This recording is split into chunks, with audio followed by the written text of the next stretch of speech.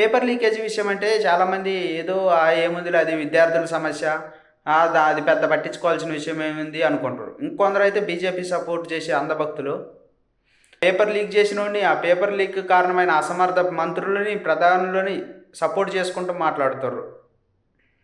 దీనివల్ల ఎఫెక్ట్ అయ్యేది ఆ విద్యార్థులు మాత్రమే కాదు, దేశం మొత్తం రేపు ఎఫెక్ట్ అయింది. అలా పేపర్ కొని పాస్ అయినవాడే రేపు గవర్నమెంట్ హాస్పిటల్లో డాక్టర్గా వచ్చేదైనా, గవర్నమెంట్ పనులకు ఇంజనీర్లుగా వచ్చేదైనా, మన పిల్లలకి చదువు చెప్పడానికి వచ్చే టీచర్స్ అయినా అలా పేపర్ లీక్ అయిన వాళ్ళే వస్తారు. అలా పేపర్ లీక్ చేసి చదివినోడు వాడి దగ్గర వైద్యం చేసుకుంటే బతుకుతామా? చచ్చి ఊరుకుంటాం. రేపు పొలిటీషియన్స్ దేముంది, వాళ్ళు వేరే దేశంలోనైనా పోయి వైద్యం చేయించుకొని బతుకుతారు.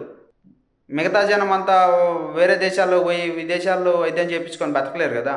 అలా పేపర్ లీక్ ద్వారా వచ్చిన వాళ్ళే రేపు డాక్టర్లుగా, ఇంజనీర్లుగా, టీచర్లుగా ప్రతి వ్యవస్థలో వాళ్ళే పాతుకుపోయి దేశాన్ని నాశనం చేస్తారు. దేశం కొన్ని వందల సంవత్సరాలు ఇనిక్కిపోద్ది. ఇది ఎందుకు అర్థం చేసుకోవట్లేదో ఏమో నాకేం అర్థం కావట్లేదు జనాలు. ఇది కేవలం స్టూడెంట్స్ ప్రాబ్లం కాదు, దేశానికే పెను ప్రమాదం ఈ పేపర్ లీకేజీ.